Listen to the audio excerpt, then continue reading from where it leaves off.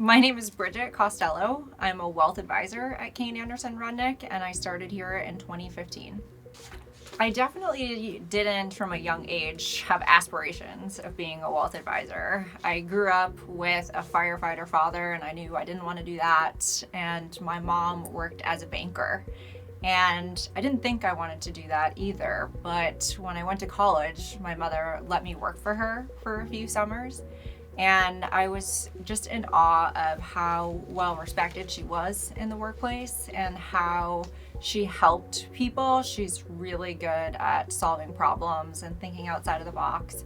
And I loved watching her in her workplace in beautiful outfits, helping people and always being in high demand. And I thought, that is something that I want to do. I want to help people and I want to be well respected and feel like I'm making a difference. And as I went to college for business, I got my first job outside of college at an accounting firm, and I realized that definitely wasn't for me. So I wanted to find a way to work with people in kind of a business setting. The best part about my job is the people that I work with, whether it's here at Kane or the clients that I get to work with on a daily basis.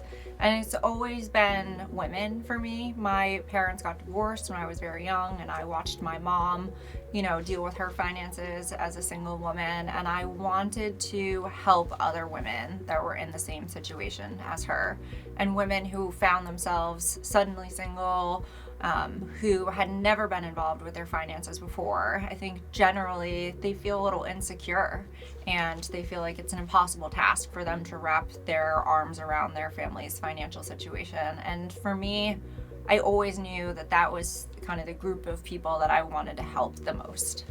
My proudest career achievement, I think, to date would be finishing the Certified Financial Planner designation. It was really hard when I took the CFP, way back in the day.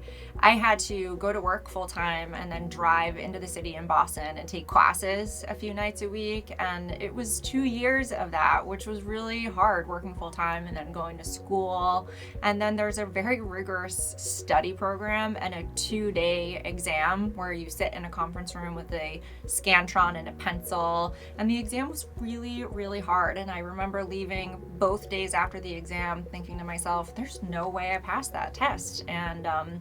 And I felt like I had prepared very well and put in the time, and I was just really defeated by it. And so for me, call it a month later when I got the results and I had passed the exam, it was probably one of the top days in my professional life. I was so thrilled that the work that I had put in paid off and would now allow me to really work with clients in a deeper way than I had been able to in the past. I spend a great deal of time mentoring several young women at the firm today who are incredibly intelligent, and they are so warm. And I think that the future for them is unbelievably, vast. If they want to stay here and they want to work as a wealth advisor, I will create that path for them.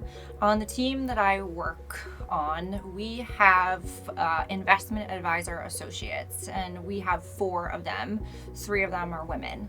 They're amazing. They're so talented. They're so loyal and so caring about our clients. They help with everything from onboarding new clients to wiring money out and placing trades. They've actually got quite a bit of responsibility.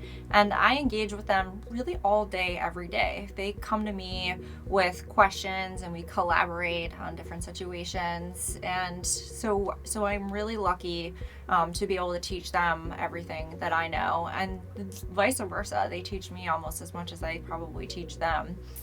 I started here almost 10 years ago as an investment advisor associate, and I think proved myself within a short period of time and was promoted to a wealth advisor. And I see that path for so many of the women that work on my team.